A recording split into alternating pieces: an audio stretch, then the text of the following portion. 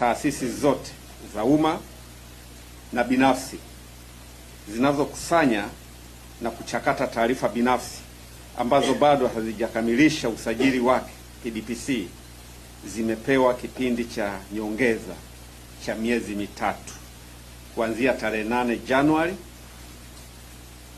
hadi tarehe 8 April 2026 zihakikishe kwamba zinakamilisha usajili kwa hiari ndani ya kipindi hicho. Tume inasisitiza kuwa kipindi hiki kuwa kipindi hiki hakimaanishi kusitishwa kwa utekelezaji wa sheria, bali ni dirisha la mwisho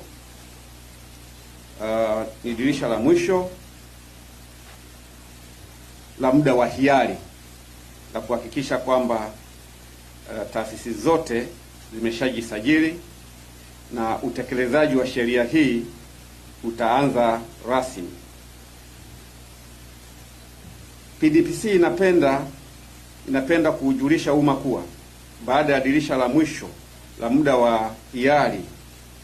kuisha, itaanza mara moja ukaguzi wa uzingatiaji wa sheria kwa taasisi za umma na binafsi zinazokusanya na kuchakata taarifa binafsi.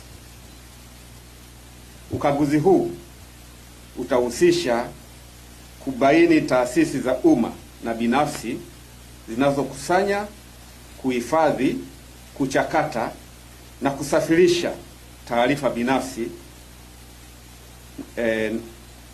nje ya nchi bila kuzingatia matakwa ya sheria ya ulinzi wa taarifa binafsi sura ya 44 na kanuni zake. PDPC inatoa taarifa kwamba hatua kali za kisheria zitachukuliwa dhidi ya mtu yeyote, taasisi na kampuni itakayobainika kukiuka sheria ya ulinzi wa taarifa binafsi sura ya 44, ikiwa ni pamoja na kutoa faini, kifungo na vyote kwa pamoja na kulipa fidia kwa wote watakaoathirika kutokana na ukiukaji wa sheria hii. Vile vile, mtu au taasisi yeyote itakayobainika kuvunja taarifa na kutumia taarifa binafsi bila ridhaa ya muhusika wa taarifa hizo au kinyume na utaratibu uliowekwa kisheria itawajibishwa ipasavyo bila kujali hadhi au ukubwa wake. PDPC inatoa wito kwa taasisi zote za umma na binafsi kuchukua hatua za haraka kujisajili